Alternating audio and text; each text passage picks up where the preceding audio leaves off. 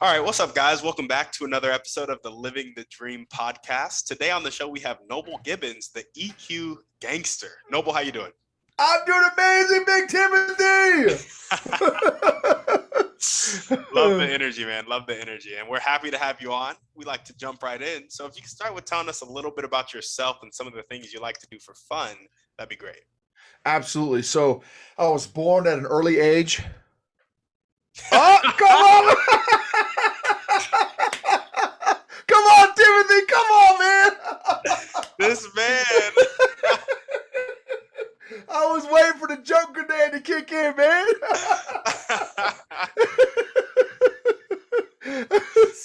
so I was born in Oklahoma, grew up in Illinois, went to college in New York at West Point. It's a military school, and then graduated as an infantry officer, went to airborne school, ranger school, and then was stationed at Fort Bragg in the 82nd Airborne Division as an infantry officer. I used to jump out of airplanes to get to work. A lot of people drive. I used to jump out of airplanes and did that for a handful of years, then got out after 5 years, and then from there started basically a serial entrepreneur. Have been an entrepreneur for my almost not quite my whole life, but after I got out of the military, since then I've been pretty much an entrepreneur the whole time, and it's been amazing. So probably 10 different, been a part of 10 different startups. Over half of those have failed, and my mom's a Hispanic lady, a little 4'10" Hispanic lady. My dad was a big giant white guy, so I look like my dad, but I habla. So my mom again is a little Hispanic lady, and in our house we grew up not having any conflict resolution skills. So we'd yell and scream at each other, but not ever talk about it or deal with it. Right? We just yell and scream, come back an hour later and act like nothing happened. Well, years of learning how to do that, I never learned about feelings and emotions. Then I yelled at my wife 3 times in 3 weeks about 4 years ago, and she said 3 things. Number one, don't ever do that again. Number two, you've never done that before, which means number three, you got more issues than Time Magazine. And so, boom, went to counselor. Counselor introduced me to two revolutionary new concepts called feelings and emotions. And I was like, what? And so that got me started on my whole emotional growth, emotional intelligence journey. And then hobbies. So we homeschool. We both work from home. We were financially independent at 30 years old, me at 30, my wife at 27.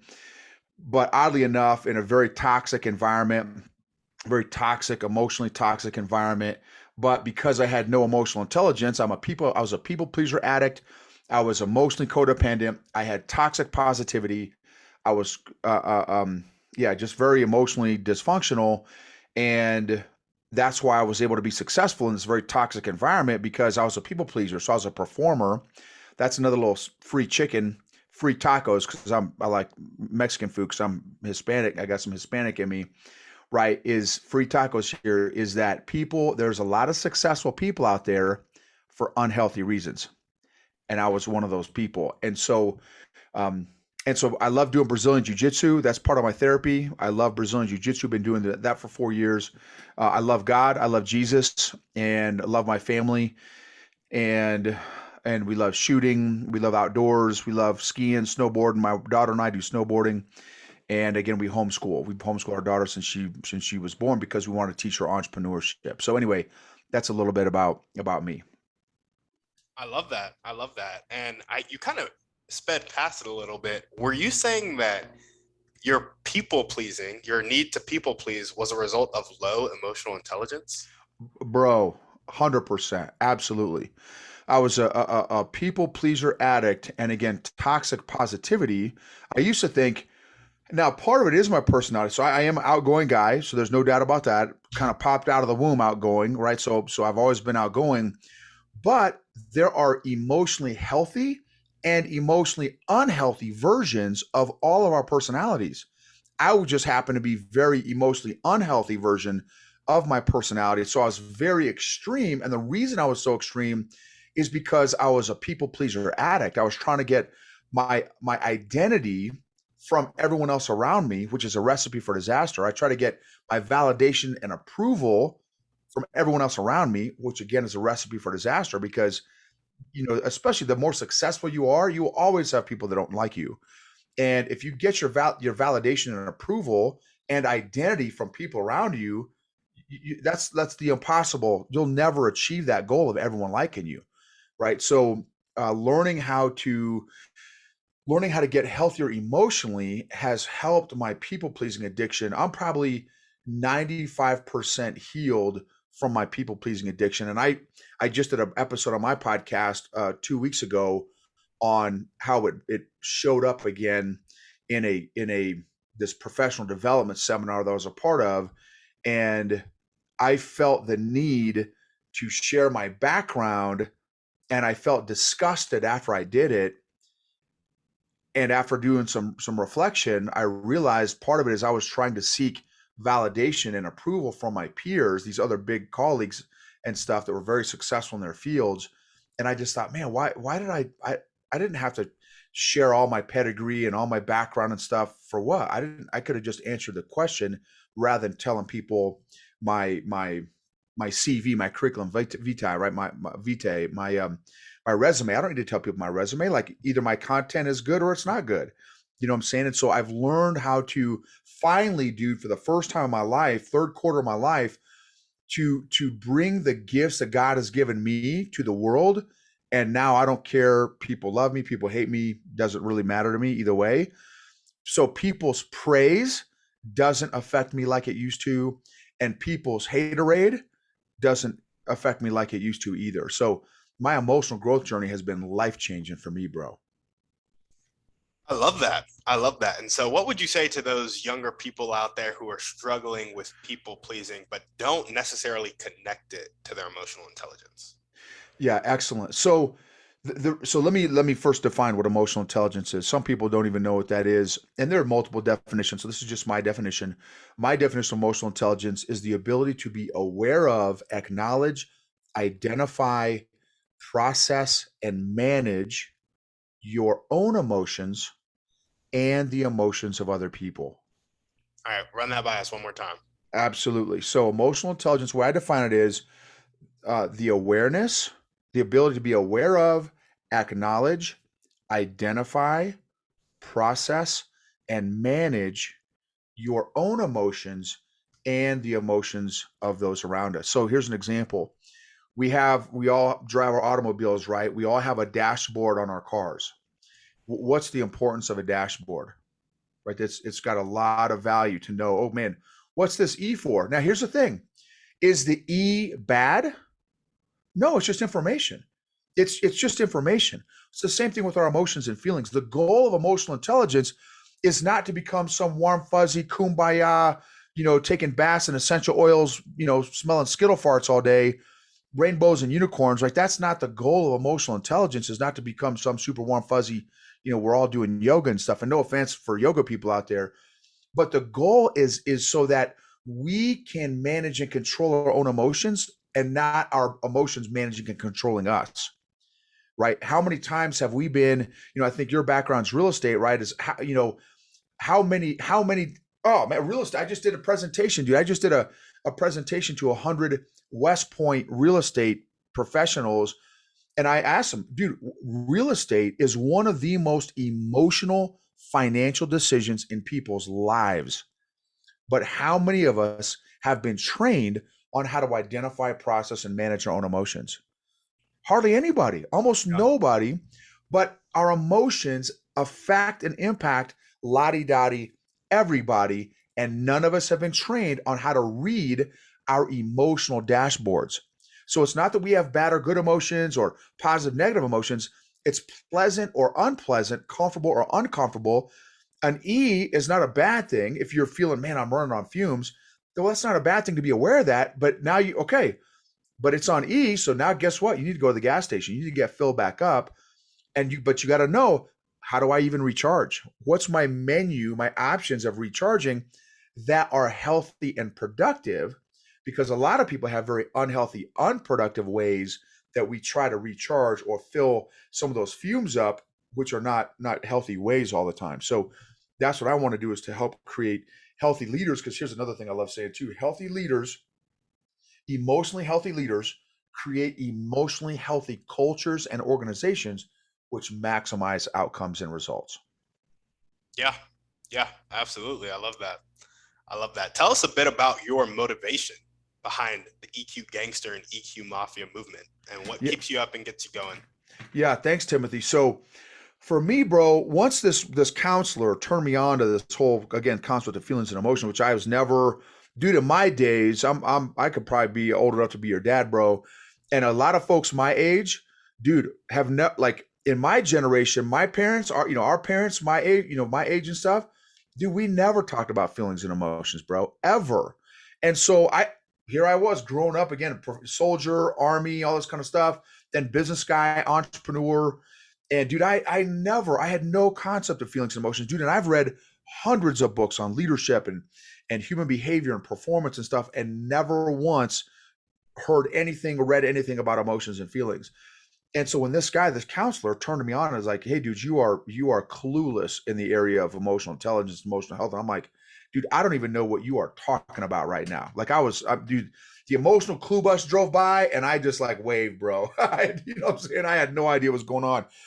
And so for me, I was upset. I was mad that I've been studying people and leadership for 2 decades and didn't have the first clue about feelings and emotions. So I started this hardcore, very intentional emotional healing and emotional growth journey 2 years. So now I'm 2 years deep into this, and all of a sudden, all these different areas of my life, Timothy, started to change, bro. My faith with the Lord, my relationship with my wife, my parenting, my health and fitness. I lost 50 pounds, bro, and I've done no less than 100 diets over the course of my life. Here's the other thing. I had a food addiction. Why did I have a food addiction?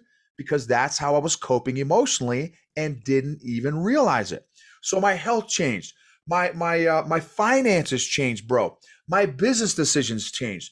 My like all these different areas of my life started to change. So I'm like, I told my wife, I'm like, babe, is this all been because I've been emotionally dysfunctional this whole time?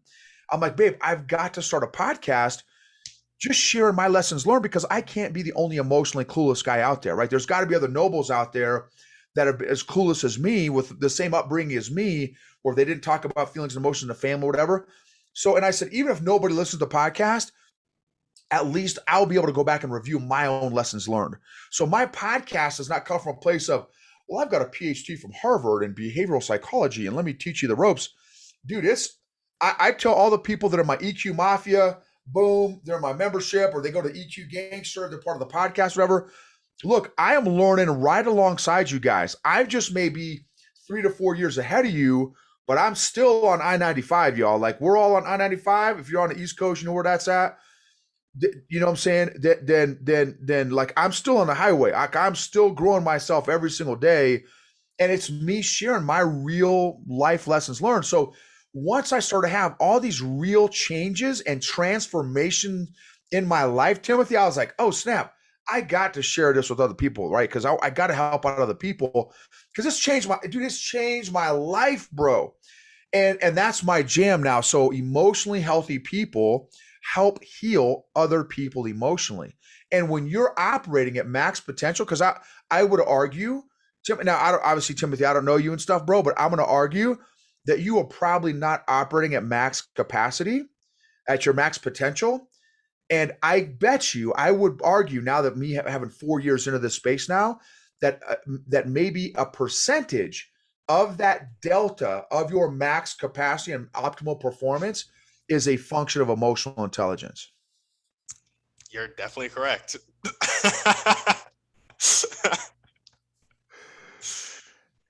Yeah, And man. it's and that's it for me too. The same thing. I mean, that's why I'm still working on it because I know I have a lot to grow.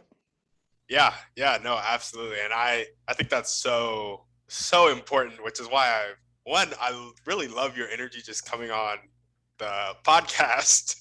And you can tell it's something that you've been intentional about. But two, you said people who are emotionally healthy help other people become emotionally healthy, right? Boom. You got it, bro. 100%. 100%. And here's the thing. Now, not everybody, right? So I don't want to set this false expectation that, oh, snap, okay, I'm getting healthy emotionally. So lottie-dottie, everybody in my life's going to get healthy. No. That's not the case because here's the other thing I've had too, because I'm a corporate coach too. I've got a number of corporate clients, big cheese, baller executives and stuff like that running big companies. And one of the things that they notice while they start growing their emotional intelligence, they're like, man, Noble, we're realizing more and more people that don't have emotional intelligence. So what I'm saying, emotionally healthy leaders help other people grow their heal emotionally as well. Absolutely, a percentage will get healthier emotionally, but there will also be a percentage that you will feel some tension as you get healthier emotionally, and they continue to have that fixed mindset rather than a growth mindset, and they choose not to grow their emotional intelligence. You're going to be a lot more aware of it now if you start on this, if you start developing and taking ownership of your own emotional fitness program. Yeah, yeah, absolutely. I love that. And what would you say to the person whose heart just breaks for that person who's kind of stagnant in that fixed mindset and they want to help? Bro, yeah, dude. So what's crazy is, Strengthsfinder, I'm sure you've probably read Strengthsfinder 2.0. If you haven't, highly recommend it. I use it with all my coaching clients, a lot of my coaching clients, not all of them, but a lot of them. So I have empathy. That's one of my strengths is empathy. And it definitely hurts me when I see other people with a fixed mindset that are just not willing to grow, but they've got a truckload of potential. So here's what I do, bro. You ready for this? This is money, bro. There's some free tacos for you.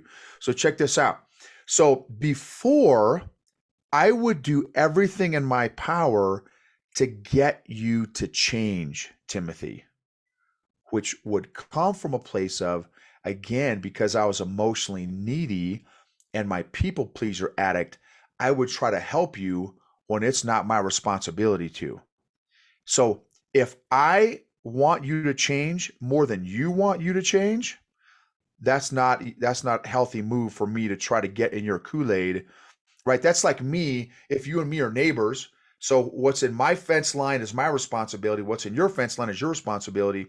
If I see your grass go at a certain, you're 3 inches, oh, I think I need to go mow Timothy's grass. Well, you may not want me to be mowing your grass. That's not my responsibility to mow your grass. But how many of the things that we stress about right now, Timothy, the number of things right now in your life that are stressing you out, bro, causing you some anxiety, what percentage of those can you actually control versus those things that you actually have no control over? A lot of, and in some cases, most of the things that we stress over are things that we can't even control. And this is one scenario where I can't control whether or not you take ownership and responsibility of your own emotional health and fitness. So I don't have a false responsibility anymore to try to help people that don't want to be helped. Me now, I only want to help people that want to be helped, that know that they need to grow emotionally and grow as a leader. I love that. I love that. And just curious, this is a kind of off topic question, but you have people in life, so some people will have a fixed mindset and they'll die with a fixed mindset.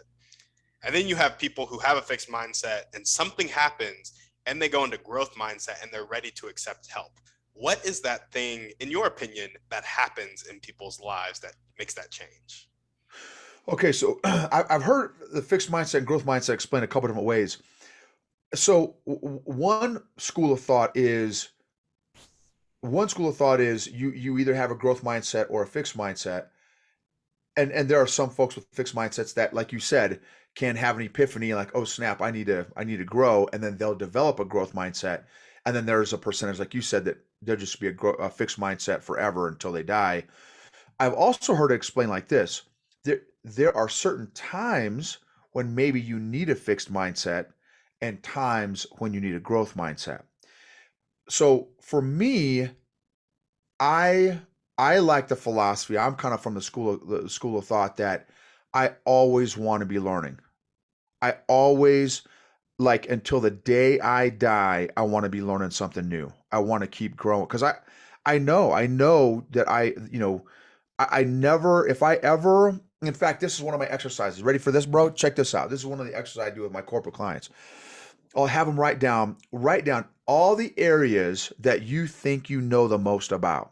So go ahead and take, 2 minutes, 5 minutes, and I just have, silence, and I'll just have them write all the different areas. If I said, okay, Timothy, right now, I want you to do an hour presentation to 100 people. What are the 5 topics you can give an hour presentation to 100 people right now? Ready, go.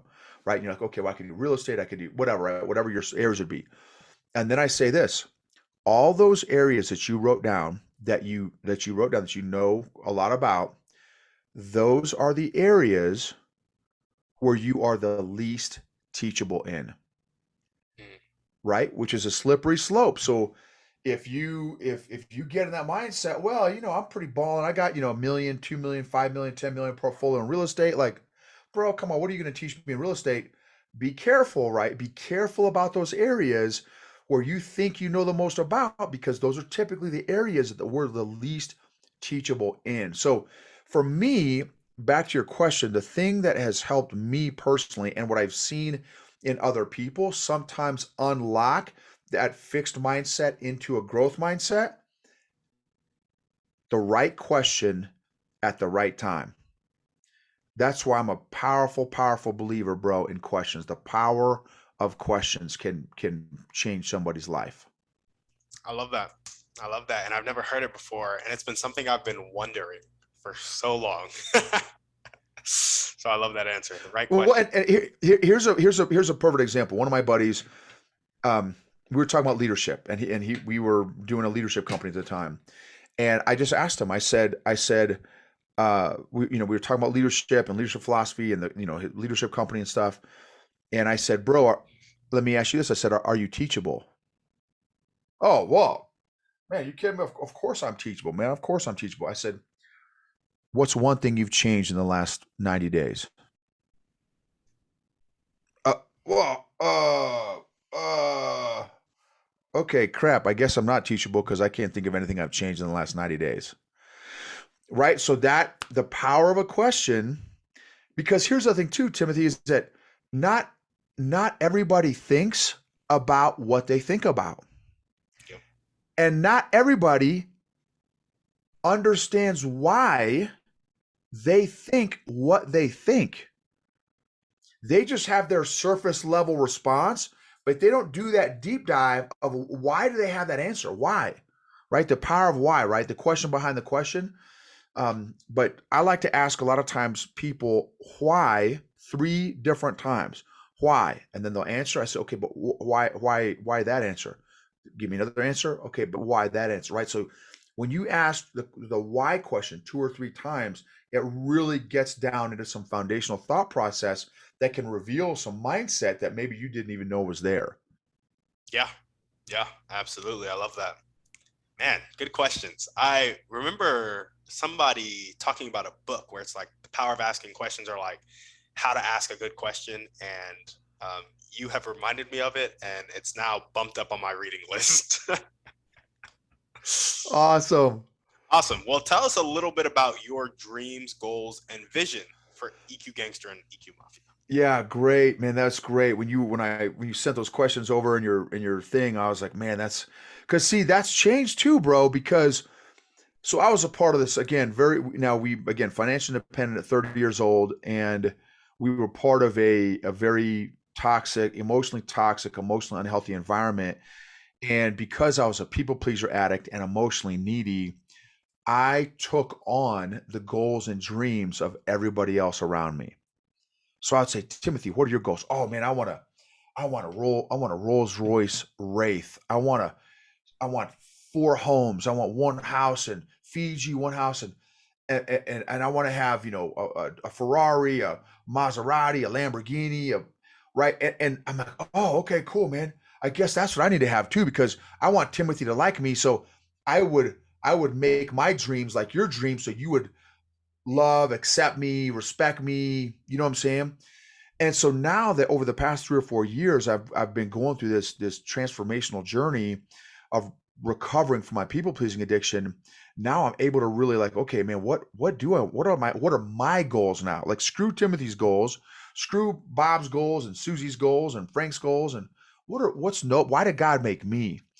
And so for me, I've got a 5-fold mission statement to positively influence millions of people, to positively impact God's kingdom, to positively influence the influencers, to raise the next generation to be patriotic world changers, to love the Lord their God with all their heart, mind, soul, strength, and body, to help hungry people identify and pursue their purpose in life.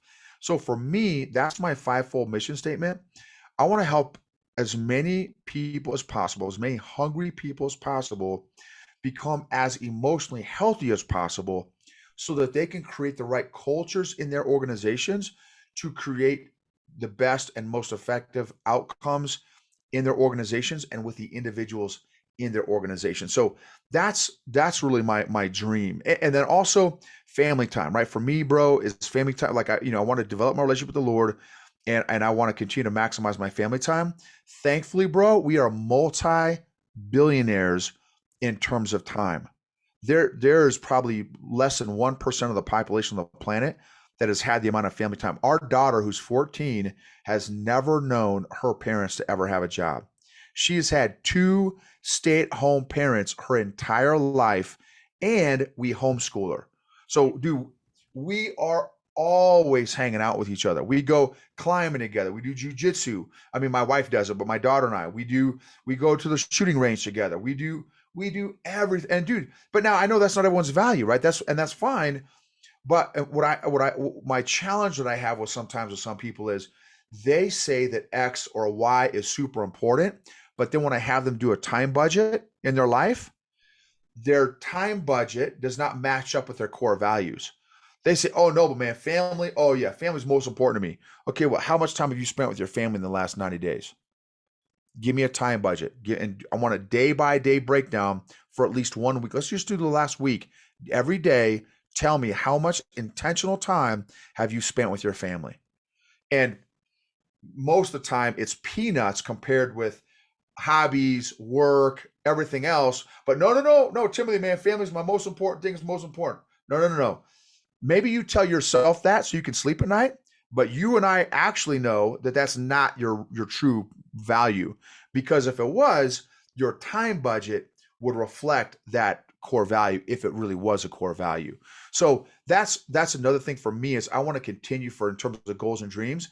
I want to keep my family time. We got 4 more years for my daughter until she goes and whatever she's going to do. And I want to continue to maximize that family time. I want to continue to create the schedule and the lifestyle. It's another thing a lot of people don't think about is quality of life. Do you forget about the cars, that kind of stuff? What kind of quality of life do you want? How much time do you want? How much family time? How much friend time? How much personal growth time, professional? How much travel time, right?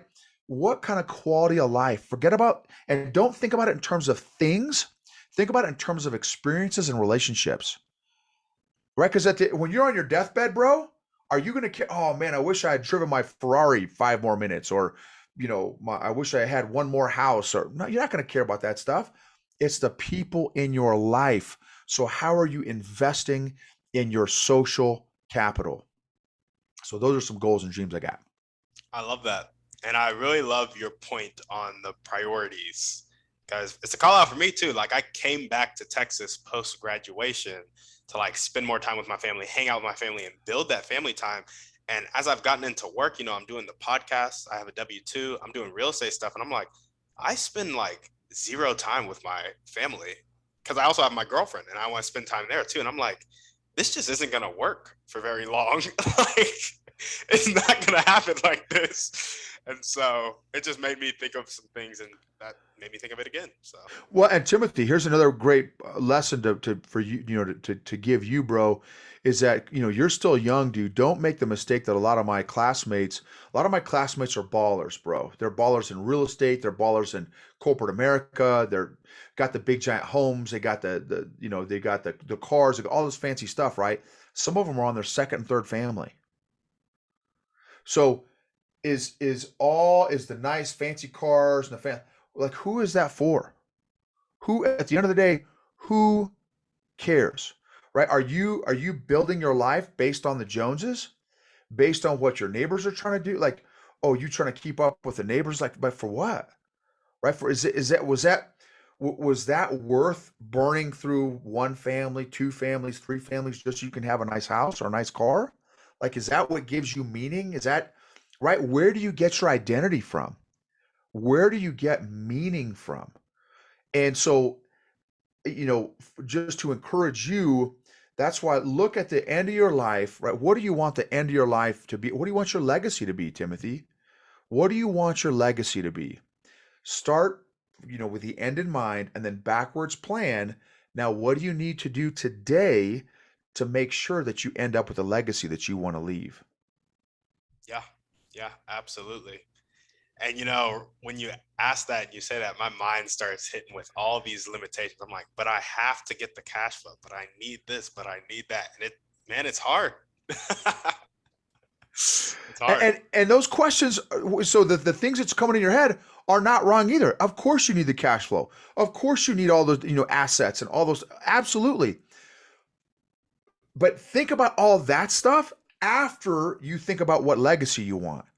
Take the time to come up with that because what people do is, oh, they start jumping on that treadmill. Oh, I need more assets. I need more cash flow. I need more assets, I need more cash flow. Next thing you know, they're 40, 50 years old on their second and third family. And it's like, oh crap, I should have spent more time on the other question. Because the cash flow and assets, bro, that's easy peasy. If I can be honest with you, dudes, you are gonna crush that. I have no doubt in my mind, bro. The last 30 minutes we've been hanging out, I have no doubt you are going to crush it in real estate. And I know you already are, but I know you're going to be amazingly successful in real estate, whatever else you put your mind to. So that's in my head as a coach, that's a given for me. You're not going to have to. That's easy. That's riding a bike. Once you figure out how to ride the bike, it's just okay. Just keep riding the bike, and you'll develop more assets and more cash flow. So take the time, make the time to invest in yourself, Timothy, to force yourself to think about the quality of life that you want to have. And then build your life, build your activities and your tasks and your daily routines, daily week routines around the quality of life that you're trying to accomplish. Yeah. Yeah, absolutely. I love it. Well, awesome. If there were one or two people you could meet right now, or one or two types of people that you can meet right now that would really help you take the next step in filling out, like making sure you're doing that five prong mission statement, who would they be and how would they do it? Yep. So great question. And so I love Jesus, right? And obviously anyone can have whatever faith they want to have, but that's just my faith background. And God has brought a couple people in my life recently that I think have been game changer, and I think are going to continue to be game changers. Actually, three folks. So one, I interviewed her recently on my podcast. Her name is Amy. She's a big baller life coach. She's super self-aware, and that's an area which is an aspect of emotional intelligence. That's an area that I have to grow. And so I'm intentionally coming up with reasons that I can add value to her and stay connected to her so that I can continue to glean and learn from her as well. So that's one person. Another one is this Christian psychologist guy that I also just interviewed on my podcast. Another guy, very emotionally mature and very emotionally intelligent. Same kind of deal. He's super dialed in. And that's an area, obviously, I'm still trying to grow my emotional intelligence. So the more I get around him, I want to, same deal. I'm trying to, work with both of these folks very intentionally to continue to make relational deposits into that relational bank account that I have with them so that I can make withdrawals and the relationship doesn't go into the negative.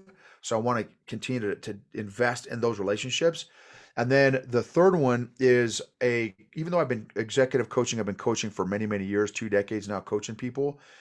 I'm also continuing my personal and professional development in the area of coaching. And I just met a guy who owns this company who certifies and trains coaches. And I am being very intentional. I want to keep a great relationship with this company and the owner of the company. Uh, I want to figure out how I can add value to him as well, and all of those other two people as well, so that I can continue to learn and grow and keep those folks in my circle to continue to learn from them as well. So those are a few examples for sure. Love it. Love it. So a lot of people, including myself, who might be listening to this podcast, might ask, how do I go about adding value to somebody who's so far ahead of me in life or so far ahead of me in the area that I want to grow in? What would you say to them? Bro, excellent, man. I used to train on that question right there, bro. So I'm a question junkie, and that is one of I love, love, love that question. Man, I even need to do a podcast episode on that. That's good. So I probably have an hour to 2 hours of content on that question alone, but I'll try to just do a quick one.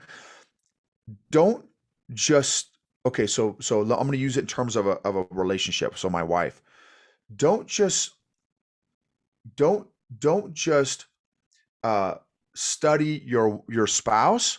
Study what your spouse studies. Right. So what interests your coach or mentor? What interests them? How can you add value to them? What are ways? What's important to them? How can you add value to them based on what's important to them? Also, what's their love language? Is it gifts? Is it quality time? Is it right? Is it words of affirmation? And so for me, a lot of times, anytime I have an engagement with folks, it's been really meaningful. They've intentionally invested into me. I will write them a handwritten thank you note. Thank you. And then I give, here are the 3 points that I got from, the 1, 2, or 3 points that I got from your, my time with you. And then I also think of, okay, well, did they mention a favorite author that they may have that maybe I can go get that book, or maybe a book, oh man, I want to get this book. Well, man, if I can beat them to the punch and I can send them that book before they get it for themselves, right? Whatever, little stuff, right? It's $20, book from Amazon. Like, is that going to break my bank? No, but it's the thought and it's the intention. So how can you get better at identify? Again, it takes emotional intelligence. It takes others awareness, or social awareness, or relational awareness, to even pay attention to that stuff. Did you notice they have a certain favorite type of music or favorite artist that they like? Man, I'm going to go see if I can get them an autographed copy of their favorite artist, or look it up on eBay or Amazon, some poster that they can, just something, some little meaningful thing. If I pay attention when I talk to them, what do they value? What's important to them?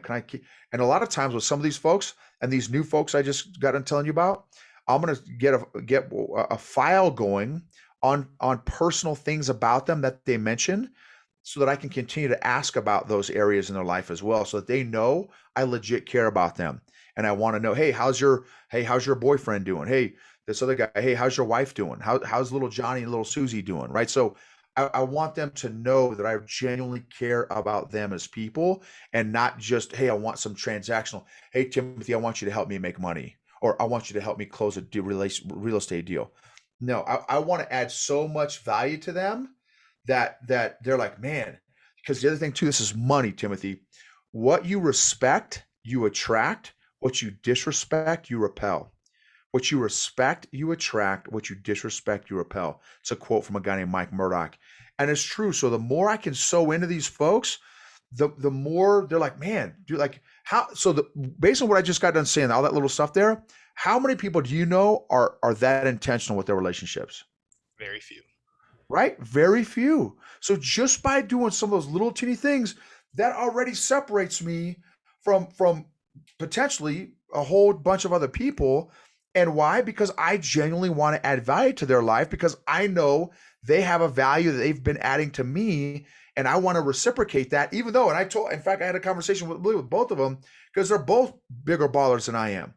So how can I be, it really forcing me to be creative to add as much value to them as I possibly can, because I'm not on their level. So they're really, there's no benefit for them to be hanging out with Big Poppy. But at some point, I'm going to be at their level, and I want to keep, who else can I keep sewing into above me and below me? And that's not a good way to say it, but you know what I'm talking about. That's further along than me, and that's not as far along, right? Who can I continue to reach out to continue to help me grow and change? But then who else can I reach behind me that I can help pull along with me as well, to keep that positive flow going? You know what I'm saying? Yeah, yeah, absolutely. I love it. What are the most important one or two things that everyday people can do to really help you accomplish your dreams and goals? To help them accomplish their goals and dreams, or To help mine? you accomplish Oh, yours. man, that's an interesting question. Honestly, is how other people can help me is by applying the EQ principles that we're teaching. So anytime when somebody calls me up or sends me an email or message or something like that and says, Noble, man, when you episode 120 or episode 183 or episode 37 totally changed my life, and I've been on this I just started my emotional fitness program because of you and what you've shared in your podcast or in the EQ Mafia, whatever. Dude, that means a ton to me. Just knowing that people are applying the principles that have helped me train, change, and transform my own life, dude, that for me, that's the stuff that really means a lot to me. Awesome. I love it. I love it. Well, now we're going to jump into our thriving three. And our first question is, what's your favorite book, movie, or podcast? Pick one. So, favorite book for me is the Bible. Outside the Bible, which I call the basic instructions before leaving Earth, or I call it my spiritual 7.62 millimeter round. What? My spiritual ammo, you know what I'm saying? So outside the Bible, I would say a book by Dr. Henry Cloud called Changes That Heal. Changes That Heal by Dr. Henry Cloud is an excellent book for people starting out their emotional fitness journey. I love it. And what is one way you like to take care of yourself? Brazilian Jiu-Jitsu is probably, again, aside from my quiet time with the Lord and my Bible reading and stuff like that, my Brazilian Jiu-Jitsu is my therapy. It's my physical fitness, emotional fitness, mental fitness. Brazilian Jiu-Jitsu is my jam, bro. I love it. And what is one action step you can take right now or continue to take to keep pushing towards your dreams and goals and, make those relational deposits like you were talking about? So continuing to grow my emotional intelligence. So to use a Stephen Covey deal, right? The 7 Habits of Highly Effective People, the sharper my sword is, the sharper, right? There's another verse, Proverbs 27:17, as iron sharpens iron, so big Timothy sharpens noble, right? So the sharper my sword is, the sharper I can help make your sword. But if I'm a dull butter knife, if I'm as sharp as a spoon, and then I hang out with you, you hang out with me, and you say, "Hey, Noble, give me some skinny," and I give you weak sauce skinny that has no impact on your life. I'm not sharpening your saw at all. So I want to make sure that my blade is as sharp as possible, so that when I am hanging out with Timothy, even if it's 5 minutes, man, I can add at least some value. Timothy walks away a better man than when he first met me. So that's just bottom line is continue to take ownership and responsibility of my own emotional fitness program and stay consistent with that emotional and also obviously my spiritual fitness program as well. Awesome. Well, Noble, is there anything else you want to chat about before we sign off? Hey, you rock like ZZ Top, bro. You are the real deal, Holyfield, the bee's knees, the cat's pajamas. Totally appreciate you, man. And I'm excited to follow your own growth and your own success journey. If there's anything I can ever do for you, man, please don't ever hesitate to reach out. Folks can follow me, EQGangster.com, all the social media profiles and stuff. Our membership is EQ Mafia for those wanting to take their emotional fitness program to the next level. We've got a whole group of folks working on their emotional fitness together in a safe, supportive community of folks. And we're affecting change and transformation in people's lives. I want to encourage people with a couple quotes. One, unaddressed emotional issues do not get better over time. Unaddressed emotional issues don't get better over time. If you don't deal with your emotional issues, your family and your friends and your colleagues will be forced to. If you don't deal with your emotional issues, your family, your friends, and your colleagues will be forced to. And then that last one there, emotionally healthy people help heal other people emotionally. Awesome. Noble. Thanks, Big Timothy. Noble, thank you for coming on the show. If you guys are listening to this and you know that you need to work on your emotional intelligence, which I think we all can, I think it's an ever-growing process, make sure to join the EQ Mafia, reach out to Noble, make that connection, join that community.